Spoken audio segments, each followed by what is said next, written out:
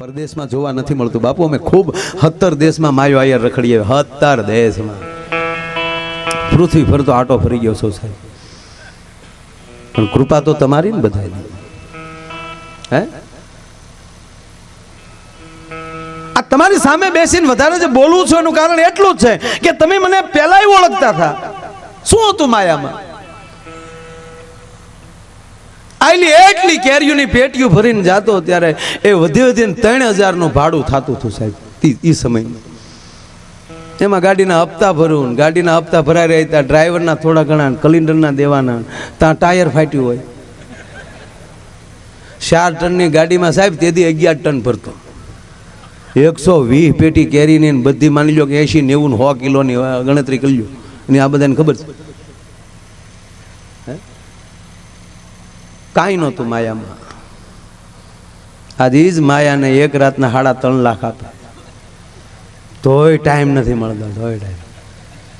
અને પાછા ઘણા મને ફોન કરે હમણાં એ બધી નોટોનું જીવ હું. અરે સાધુની સાક્ષીમાં બેઠો છું સાહેબ. દિવાળી આવે એટલે માયાયરનું બેલેન્સ 0 હોય છે. હું જે કરતો હોઉં મને બાપુ બહુ મોટું વ્યસન ગળી ગયું છે સાહેબ. એ વ્યસન એવું છે કે ક્યાંય ગાય ભૂખી ભાળી જાઓ તો એ ગૌશાળામાં કેટલું દઈ દઉં મને ખબર નથી રહેતી. કોઈ સાધુનો આશ્રમ હોય લાયક હોય તો એ કાંઈ જાહેરાત નથી કરતો. મારા બાપ અત્યારે 650 છોકરા મારી પાસે ભણે છે.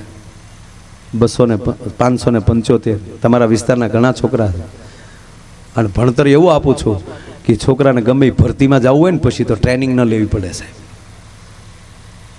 આ ખેલે ગુજરાતમાં સાહેબ હમણાં જે અમારા ગુજરાત લેવલની જે સ્પર્ધા હતી એમાં 13 સ્પર્ધા હતી. એમાં 11 સ્પર્ધામાં ફર્સ્ટ આવ્યા હોય તે રામકૃષ્ણ સ્કૂલના છોકરા આવ્યા. મારી દીકરીઓ 9 ધોરણથી 12 ધોરણની કોઈ પણ દીકરીના હાથમાં રાઇફલ આપી ગયો અને બોટલની માથે ચણાનો દાણો મૂકી ગયો, જો ઉડાડી નાખે નહીં ને તો સાહેબ મેં અભ્યાસ ન કરાયો કહેવાય સાહેબ. બાકી પાઠ્યપુસ્તક તો એ તો 100% સવાલ નથી. 24 છોકરામાં 4 છોકરા MBBSમાં જાય. 24 સાયન્સના ઘણા વિદ્યાર્થી બી ગ્રુપમાં જેટલા 24 હતા એમાં સાહેબ 4 છોકરા MBBSમાં. મારા ગામડાના અભણ માવતરના છોકરા. અને મારા છોકરાઓની અંદર એવી દાજુ નખાવું છું કે એને એટલું પૂછું કે આમાં તમારા કોઈ છોકરા કોઈ કલેક્ટરનો દીકરો છે આમાં કે નહીં, કોઈ DSPનો દીકરો છે તા કે નહીં. ત્યારે છોકરાને એવું ધરવું કે તમે ધારો ને તો તમારા બાપને DSPનો બાપ બનાવી શકો, તમારા બાપને કલેક્ટરનો બાપ તમે બનાવી શકો, તમારા હાથમાં છે. અને જુચ્છાભેર જે મારા બાળકો ભણે છે સાહેબ, ફી આવે છે ને એનાથી 1.5 તો હું અંદર ખર્ચો કરી નાખતો. અને પૂજ્ય મોરારી બાપુ એમ કહી દેતા હોય ત્યાં વાર્ષિક ઉત્સવમાં આવી કે દીકરા આવું ને આવું કરતો રહેજે, ઘટે ત્યાં બેઠા સાહેબ ખોખારા જીવાડી દે પછી. હે અને ક્યાંથી લેવા, કેટલા લેવા, કેમ લેવું એ મને આવડે. અને આ પ્રોગ્રામ આ પૈસાથી છોકરાના જબલા ન લેવાય સાહેબ. ન લઉં ને તો ઘીરે રહું નહીં એકે દી. અને વેલ્યુ નહીં કાંઈ. એ તો મર્સિડીઝના 1.25 કરોડ છે ને એટલે જોવા નીકળે. મર્સિડીઝ નીકળે 1.25 કરોડ ની.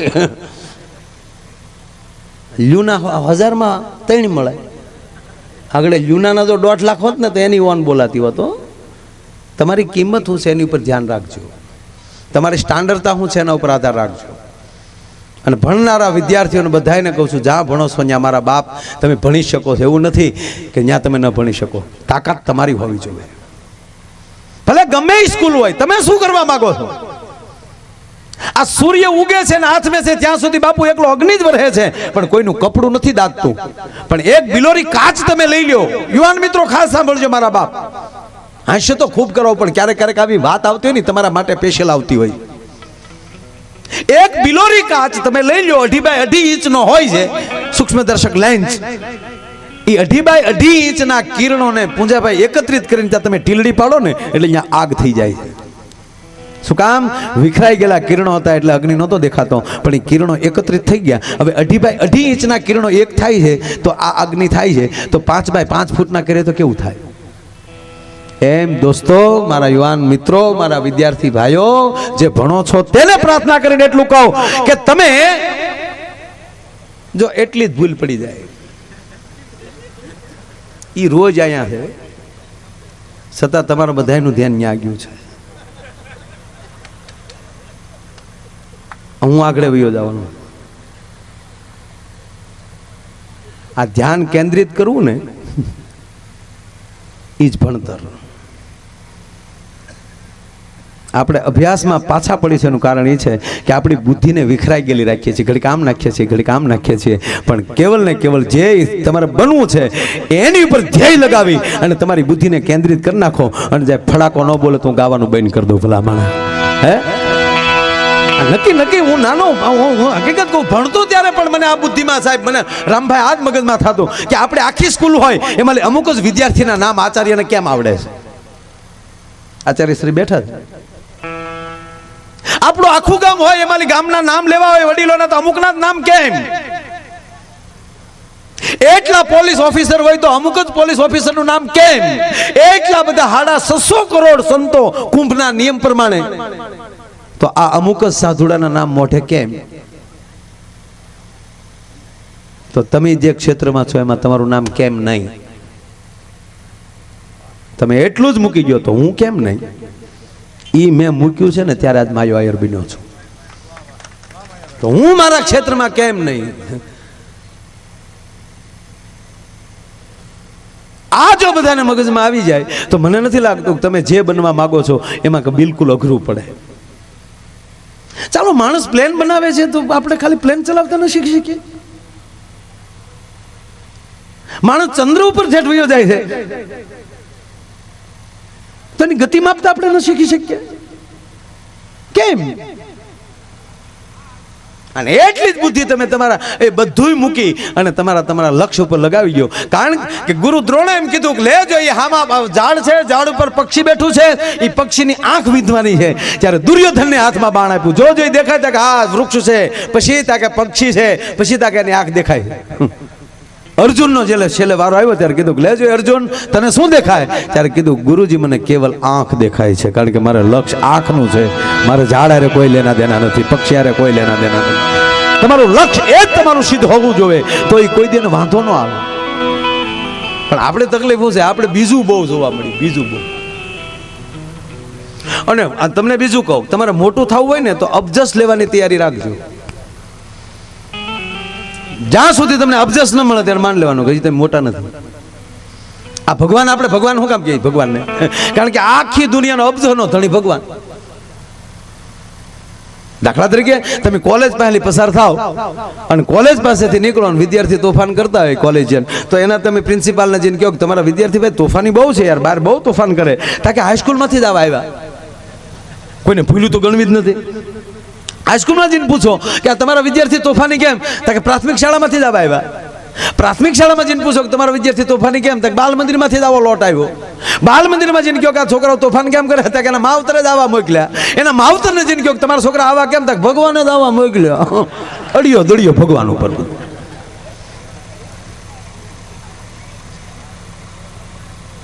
અબજસ લેવાની તૈયારી હોય એ ભગવાન બની શકે, મોટો બની શકે. અને મજા જ આવે છે માણસને. નહીતર શું થાય, ઘણાને એમ જ થાય સારું જ બોલાય.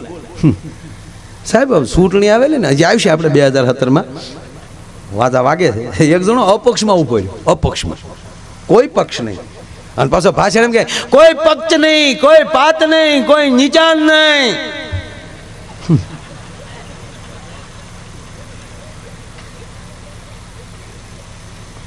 અને પછી ઓલા છેલ્લા દિવસો હોય ને, એ તો જ્યાં ચૂંટણીમાં ઊભા રહેતા એને ખબર હોય, છેલ્લા દિવસો હોય ને ત્યારે એમ થાય કેટલા ગામ લઈ લઈને કેટલા ભાષણ. કારણ કે કાલ માઇક બંધ થવાનો હોય બીજે દી. પછી જે જીપું જે ગામડામાં રખડક્યું હોય, ધૂળ્યું ખાઈ ખાઈને ગળાય બેસી ગયા હોય, એ બંધ ગળે જે સાહેબ જે અમુક અમુકને મેં ભાષણ કરતા જોયા છે. નમસ્કાર ભાઈઓ તથા બહેનો, જય હિન્દ, ભારત માતા કી જય. મિત્રો તમારા ગામમાં હું મત હાટું આવ્યો છું ભાઈ. એકવાર તમે મને મત આપી દો પછી તમે શું હું જાઉં. છતાં કાંઈ પ્રશ્ન હોય કયો, હું આપને પગે લાગીને કહું, નવા હોળ ઊભા થાય ને એને પાડી દેજો. જેને જેમાં રસ હોય, જેને આવડત છે એને મળો ને સાહેબ. કોઈ પૂંજાભાઈ બેઠા ને વખાણ નથી કરતો, પણ એક નાનામાં નાની ઉંમરના જે કોઈ પહેલું વહેલું કોઈ ધારાસભ્ય થયું હોય તે પૂંજાભાઈ. તેથી આખી વિધાનસભામાં આથી નાની ઉંમરનું કોઈ હતું નહીં. હા, અને ભણતા તેદું નામે ઓળખ્યો. તમને એમ થાય કે આ ધારાસભ્ય છે ને માયાભાઈ ઓળખ, નહીં, ભણતા તેદું. અરે એમના બાપુજી અમારા ત્યાં શેરડીના મજૂર લેવા આવતા ત્યારથી ઓળખું સાહેબ પરિવારે. માં તો ટેમ્પો મજૂર મૂકવા આવતો, અને પૂંજાભાઈ અહીંયા મવા ભણતા, અને સાહેબ રજાઓના દિવસોમાં બોર્ડ આવતા. મારા જ ગામના એક બારિયા પરિવારના ભાઈ અમારા મામું હારે ભણતા. એટલે એના કોઈ ખોટા વખાણ નથી કરતો સાહેબ, પણ જેમાં જેને સૂઝ પડે છે એને આપો.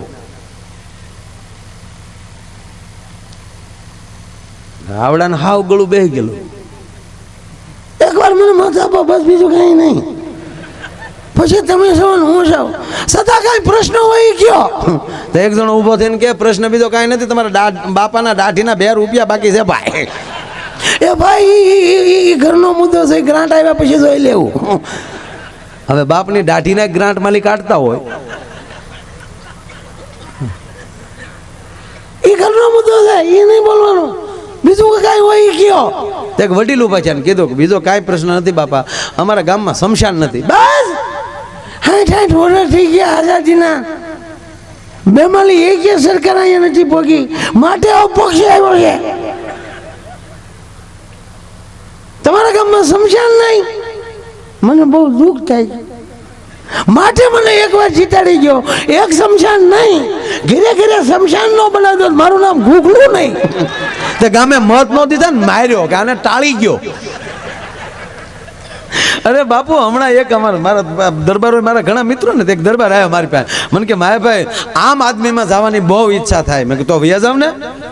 મને કે નિશાન નડે. મેં કીધું કેમ? મને કે આખી જિંદગી તલવારી ઉપાડ્યું ને છેલ્લે હું હાવણા હાથમાં લેવા. હું વાત એટલી જ કરું છું કે આપણને સારું લાગતું ત્યાં જાઓ, બાળકોને ખૂબ ભણાવો. અને એક ત્રીજી વાત, આ મોબાઈલનો પૂરેપૂરો ઉપયોગ કરો. જીઓ આવ્યું છે, અરે તો છોડો ભાઈ, વાઈફાઈ થી માંડીને ઇન્ટરનેટ ચાલુ છે. દુનિયાની તમામ જાણકારી તમારા મોબાઈલમાં મળી જશે. અભ્યાસ કરતા હશો તો અભ્યાસની પણ એડવાન્સમાં. પણ બેઠેલા યુવાનોને પગે લાગીને કહું, તમારા દીકરો ઘડીક થઈ જાવ મારા બાપ, એવું લાગતું તમારા દીકરા તરીકે કહું કે આની અંદર ડાઉનલોડ ભારતના સંતાનને સારું લાગતું હોય એવું કરજો પ્લીઝ. નહીતર એટલું જેટલું સારું છે એટલું જ ખતરનાક છે, બુદ્ધિ બગાડે છે. તમે કોનું સંતાન છો? તમારો બાપ કોણ છે? તમે ક્યાં કુળની વ્યક્તિ છો? તો તમારે કેવું જોવું જોવે એનું પૂરેપૂરું ભાન હોવું જોઈએ સાહેબ. કારણ કે જે તમારા બોડીને ટચ થી રહે છે એમાં તો કમસે કમ પવિત્ર વસ્તુ રાખો. હમણાંથી દરેક પ્રોગ્રામમાં કહું છું, મને કોઈ લેના દેના નથી મારા વાલા. પરિસ્થિતિ બહુ ખરાબ થતી જાય છે. આ બધું સારું જ છે, નો પ્રોબ્લેમ. પણ કોઈ બાપ એમ કે દીકરા લાવ્યો તો તારો મોબાઈલ જોવા દેતો, તો ફટ દિન આપે એવા કેટલા છોકરા ગોતવા જવા પડે સાહેબ. ઉભે રહ્યો કે બાપા આમ જો ઉભે રહ્યો, લોક ખોલ દો. લોક ન ખોલતો હોય, અમુક વસ્તુ ઉડાડતો હોય. મારા દરેક યુવાનોને તમારા ભાઈ તરીકે વિનંતી કરીને કહું કે આની અંદર આપણી પેઢીઓને સારું લાગતું હોય એવું ડાઉનલોડ કરજો. એટલા થોડા ઘણા સંકલ્પ કરતા થઈ જાય ને. અને આમાં તમારા અભ્યાસ માટે કાઢી જાઓ ને. હું આમાં સાહેબ, હું જીપીએસસી ના પેપરો જોવામાં બેઠો કે ગયા વર્ષે શું પેપરોમાં હતું.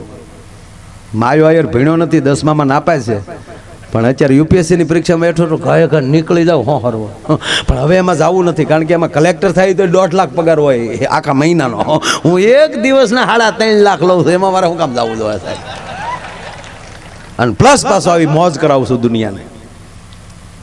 અને ત્રીજી વાત, લઉં છું એની પહેલા લઉં છું, તમારી પહેલા કોઈ લીધા જ નથી. તમે તો મફતમાં મોજું કરી છે યાર. એનો બદલો મને મારો નાથ આપે છે. હે માયા આયર, તું દુનિયાને લહેર કરાવી છો. અને ત્રીજી વાત એ કહું કે આ સંતથી માંડી સમાજ સેવકથી લઈ અને આ ભારત વર્ષના તમામ કલાકારો એના પરિવાર માટે જન્મતા જ નથી. આ સંતો બેઠા છે, જન્મા છે એના કુટુંબમાં, નીકળી ગયા સમાજમાં. કોઈ પણ લોક સેવક જન્મો છે એના કુટુંબમાં પણ નીકળી ગયો સમાજ સેવામાં. સાહેબ, આ કોઈ પણ અમારો ભારત વર્ષનો કોઈ પણ કલાકાર જન્મો એના કુટુંબમાં પણ નીકળી ગયો છે સમાજમાં. ભલે અમે ગમે એટલા ગમે જે કઈ પેમેન્ટ બધું છોડો, પણ અમારું શારીરિક સુખ શું? અમને ગાડીઓમાં હોવાનું તૂટ્યું વાળે. અને કહેવા ગયો સાહેબ, આ ગમે એ વસ્તુ થાય છે ને એ માયો આયર નથી બોલતો, કોક અંદર આવીને બોલીને વયો જાય છે પાછો. મારી બોડીનો ઉપયોગ કોક કરે છે. એમ જે ક્ષેત્રમાં જવું એ ક્ષેત્રના તમે ભૂવા થઈ જાવ સાહેબ, એના અવતાર તમને આવશે. એ પેપરો લખીને વયો જાય, તમારો ઈષ્ટ પેપરો લખીને તમારી બુદ્ધિને જાગૃત કરશે. તમારે નેટ ચાલુ કરી દેશે. એક આ કચકડાનું રમકડું જો એનું નેટ ચાલુ કરો અને એની માહિતી આકાશમાં મેળવી શકતો હોય તો મારા નાથે આ બોડી બનાવ્યું છે અને એનું નેટ ચાલુ કરો અને જો સાહેબ આખા વેદ ન ઉતરે તો હું ગાવાનું બંધ કરી દઉં. ઓટોમેટિક આવે સાહેબ. આ મને સોગંદથી કહો, આ સંતોને હાજરી છે ને કહું, મને હાર્મોનિયમ નથી આવડતું. હું એકલો બેઠો હોઉં તમે મને કહો કે 2 સુર વગાડી દે, માયા આયર સાહેબ ગોથું ખાઈ જાય, નથી આવડતું. પણ અહીંયા બેઠા પછી કેમ આંગળી વયું જાય મને ખબર નથી રહેતી. શું કામ? એ ફાઉન્ડેશન બનાવો, અંદર કોક આવશે. ઉપેન્દ્ર ત્રિવેદી ભાઈ જેથી મારા ઘરે મહેમાન થયા ત્યારે મેં એને પૂછ્યું કે અત્યારના તમામ હીરો જેટલા કલાકારો એને બધાને મારા પ્રણામ, પણ ઉપેન્દ્રભાઈ તમે જે પાત્ર ભજવતા એ પાત્ર ભજવતા હોય એવું ન લાગે. રાજા ભરતરી તો ભરતરી જ લાગે, માંગડા વાળો તો માંગડા વાળો જ લાગે, રા નવઘણ તો રા નવઘણ જ લાગે. આનું કારણ શું? આનું રહસ્ય મને કહો. ત્યારે માણસ જમતા અટકી ગયા હતા ને આંખમાં બાપુ આહુડા હતા અને એણે એવું એટલું કીધું કે માયાભાઈ, મારે જેનું પાત્ર ભજવાનું હોય ને એનું 1 મહિનો અનુષ્ઠાન કરતો. માંગડાવાળાનું પાત્ર ભજવું ત્યારે હું ગીરમાં આવી અને 1 મહિનો માંગડા ડુંગરે મેં અનુષ્ઠાન કર્યું અને એટલું કીધું કે હે વીર માંગડા, તારે કેથા વગરનું કાંઈ રહી ગયું હોય મારામાં પરકાયા પ્રવેશ કરીને મારા હાથથી કરાવજે. અને માયાભાઈ એટલા બધા પાત્રો ઉપેન્દ્રની અંદર ઘૂસી ગયા છે કે આજ મારા ગોઠણ હાલતા નથી, મને નીંદર આવતી નથી. હું આંખ વીચું છું તો ક્યારેક ભરથરી જાગે છે, હું આંખ વીચું છું તો ક્યાંક માંગડાવાળો આવે છે, ક્યારેક આંખ વીચું છું તો જેસલ જાડેજો આવીને ઊભો રહી જાય છે. આ પાત્રોને મેં ભજવા છે. અને ત્રીજી વાત માયાભાઈ કે માન્યમાં નહીં આવે.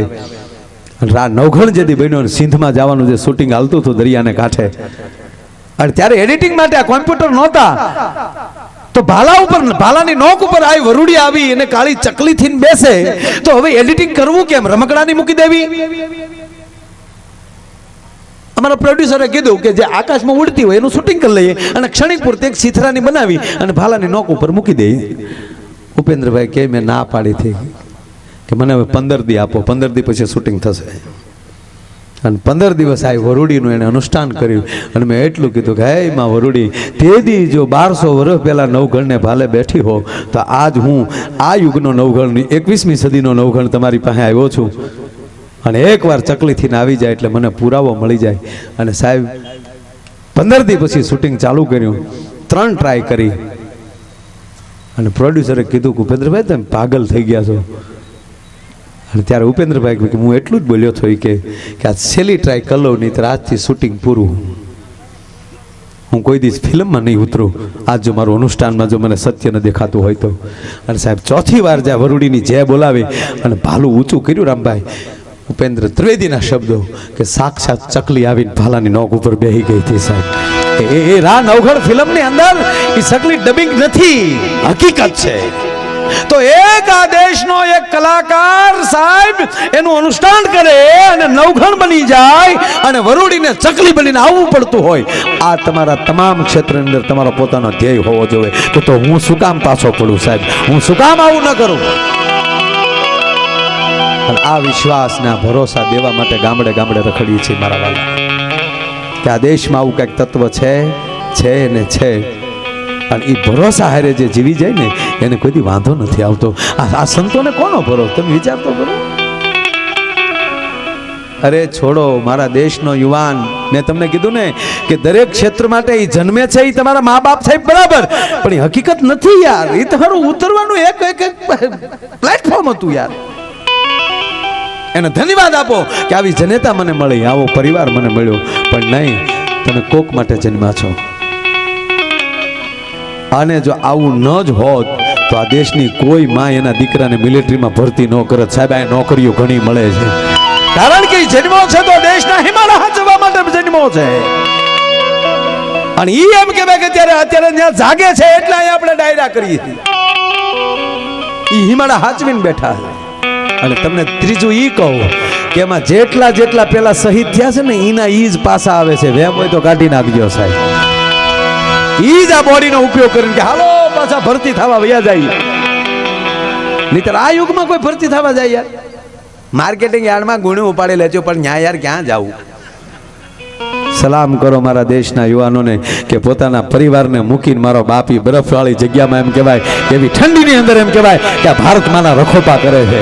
અને આજ 16મા દિવસે, વર્ષના 16મા દિવસે ભગવાન આશુતોષ મહાદેવ, ગંગનાથ મહાદેવને અને ભગવાન સોમનાથને આરતી કરીને હાલ્યો આવું છું. આજ ભગવાન સોમનાથને પ્રાર્થના કરીને, ગંગેશ્વર મહાદેવને પ્રાર્થના, ગંગનાથને પ્રાર્થના કરીને એટલું કહે, હે મહાદેવ, અમારા પાસે જે શક્તિ છે એ અમારા પરિવાર માટેની, અમારા કામ પૂરતી જે છે, બાકીની જે વધારાની જે શક્તિ છે એ મારા દેશના યુવાનોને આપજે, જેથી કરી અને આ દેશના રખોપા થઈ શકે ભલામણ. અને એવો જે આજનો ભગવાન ગંગનાથ મહાદેવનું સાનિધ્ય અને ગરાળ ગામ, આ ગામમાં જ્યારે આવો ઉત્સવ છે ત્યારે ઘણું બધું બોલવું છે, પણ હજી દરેક કલાકારોનો એક એક હરખો રાઉન્ડ આવી જાય પછી પાછા હાવ આપણે મારો બાપુજીઓ હવાઈન કરશું. પૂજાભાઈને 15 મિનિટમાં નીકળી જાઉં છું, પણ કીધું એટલે પછી બેઠા છે. એનો પણ હું આટલી ખૂબ ખૂબ આભાર માનું છું. અને આગળનો દોર પાછો હું પ્રતાપભાઈ બારોટને વિનંતી કરું કે આપ પધારો. 1.5 લાખ છૂટા વહી ગયા છે, આની આ ચર્ચા હાલે છે.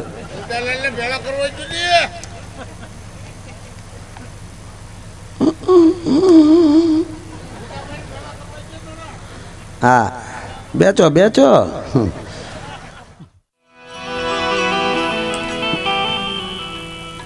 બારોટ દેવે કીધું માયાભાઈ મોજમાં છે.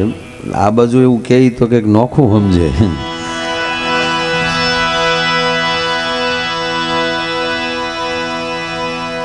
એવું કઈ છે નહીં. હું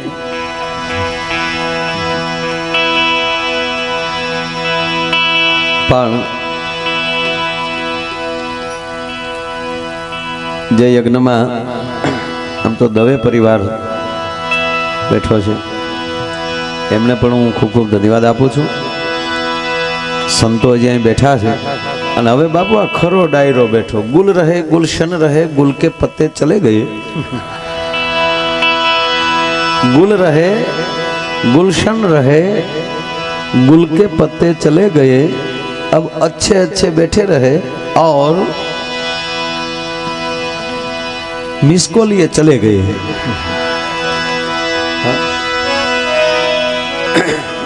ફરમાઈશો તો એટલી બધી કરે છે કે 2 દી રોકાય ત્યારે મેળ આવે એમ છે.